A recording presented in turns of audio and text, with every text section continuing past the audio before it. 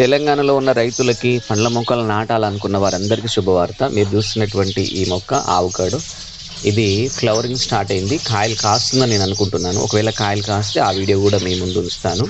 Okay అండి. దీనికి సంబంధించిన హెల్త్ బెనిఫిట్స్ మాత్రం చాలా గొప్పగా ఉన్నాయి కాబట్టి అందుకని దీని పండు యొక్క రేటు చాలా ఎక్కువగా ఉంటుంది. అరుదుగా మాత్రమే మనం మార్కెట్లో చూడగలుగుతాం. ఓన్లీ మాల్స్లలో, నేషనల్ ఇంటర్నేషనల్ మాల్స్లో మాత్రం మనం చూడగలుగుతాం.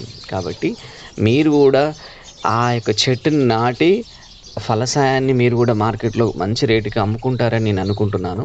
ఎప్పుడూ ఒక రొటీన్గా వ్యవసాయం చేయడం కంటే ఇట్లా భిన్నమైనటువంటి పండ్ల మొక్కలు నాటి దాని ద్వారా వచ్చేటువంటి ఎక్కువ డబ్బులు మీరు సొంతం చేసుకుంటారని అనుకుంటున్నాను.